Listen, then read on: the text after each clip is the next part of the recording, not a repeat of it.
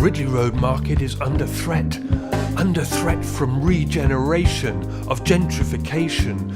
Property is changing hands, speculation is in the air, a dark cloud of suspicion hangs over Ridley Road Market. The developers play the long game of site assembly, swapping assets, buying options. They lavish hospitality, splash the cash, cocktails and canapes in private clubs, Masonic halls, on yachts, in racecourse bars, at charity dinners with hostesses in short dresses, scarlet lipstick and panda eyes, scandalised.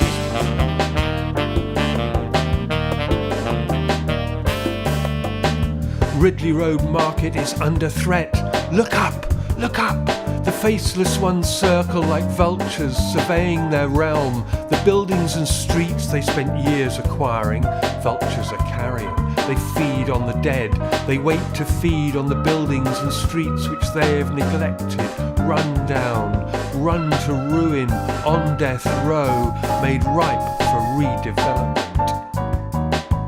They wait to feast on the severed limbs of our city. Nothing will stand in the path of progress.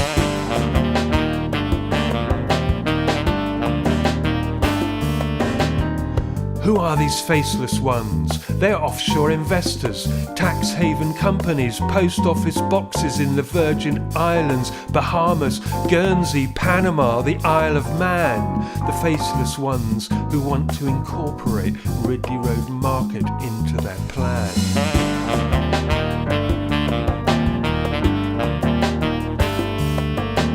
Ridley Road Market is under threat.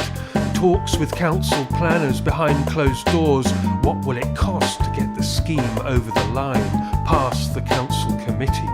Nothing will stand in the path of progress. The developers gave notice to the market traders. You've 14 days to get out. We're closing the building, pulling down the shutters, locking up the gates. 14 days to leave after decades of trading. After 14 days, nowhere to go, nowhere left to store their street barrows and stock, nowhere left to earn a living and feed their families.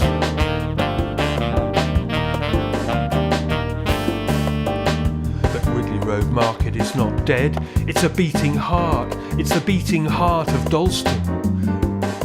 Ridley Road Market is alive and kicking. When the customers heard the news, they gathered to protest, signed petitions, made deputations to the council, marched on the developers' offices. The Ridley Road traders have a history. The traders stood their ground.